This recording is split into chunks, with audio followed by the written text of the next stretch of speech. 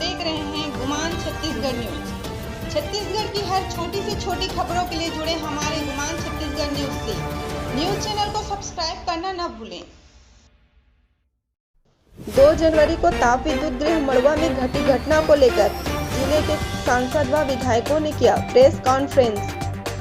भूस्थापितों के ऊपर लगाई गई गंभीर धाराएं और हुई गिरफ्तारियों को लेकर सरकार से किए वापस लेने की मांग। जांजगीर चांपा जिले में स्थित ताप विद्युत गृह मड़वा प्लांट में 2 जनवरी को भूस्थापितों द्वारा आंदोलन के दौरान घटी आगजनी जैसी घटना को दुर्भाग्यपूर्ण बताते हुए जिले के 2 बीजेपी विधायक और भाजपा सांसद द्वारा भूस्थापितों के ऊपर लगाई गई गंभीर धाराओं को सरकार को वापस लेने की मांग करते हुए कहा कि विस्थापितों से बातचीत करने के लिए सरकार का रास्ता अभी भी विस्थापितों के साथ खुला हुआ है। उनके ऊपर लगाई गई डकैती जैसी गंभीर धाराएं और सरकार द्वारा हटाना चाहिए। जिस समय प्लांट लगाई गई थी उसी समय विस्थापितों के साथ अनुबंध हुआ था कि उनके जमीन के अधिग्रहण के बदले में मुआवजा के साथ उन्हें स्थायी नौकरी दिया जाएगा, लेकिन सरकार के द्वारा अपने वादे को नहीं निभाते हुए उन्हें नौकरी स्थायी रूप से नहीं दी गई। इस वजह से भूस्थापितों द्वारा नाराजगी व्यक्त करते हुए आंदोलन का रूप अपनाना पड़ा।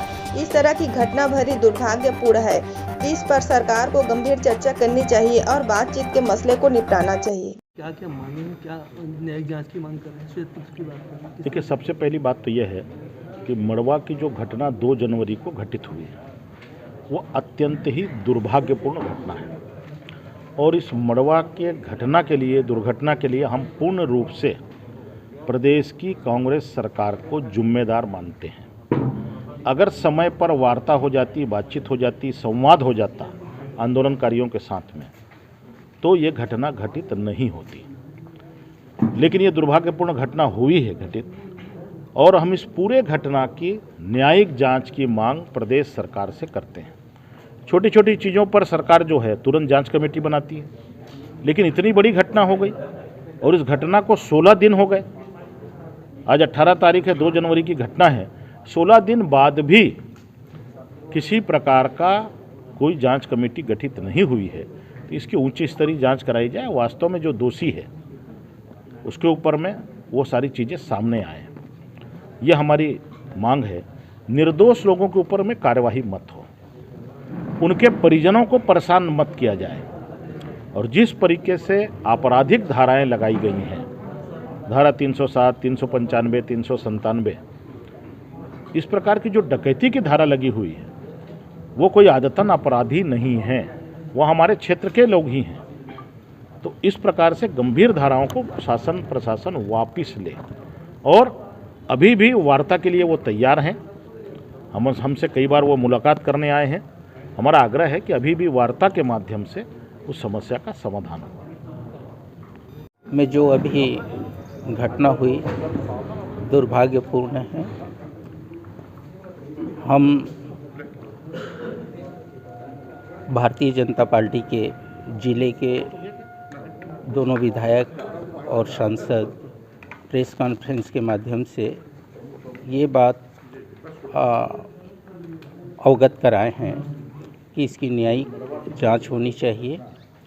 निर्दोष जो लोग हैं उनको प्रताड़ित ना किया जाए, उनके परिवार वालों को प्रताड़ित ना किया जाए, और यदि सरकार चाहती तो ये घटना ही नहीं होता।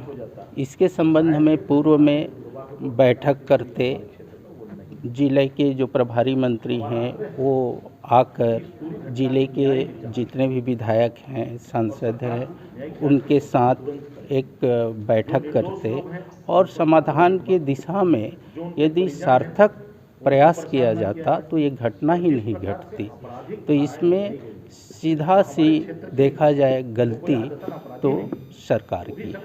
हाँ, एक तरफ से देखा जाए कि जो भूस्थापित जो मजदूर हैं वहाँ तो प्लांट लगाने से पहले वहाँ पे उनको आश्वासन दिया गया था प्लांट लगाने के पूर्व उनकी ज़मीन लेते समय कि आपको यहाँ पे हम स्थायी नौकरी देंगे, और उसको नहीं दिया गया। इसी संबंध में वो अपनी धरना प्रदर्शन के माध्यम से अपनी मांग को सरकार के पास रखे थे।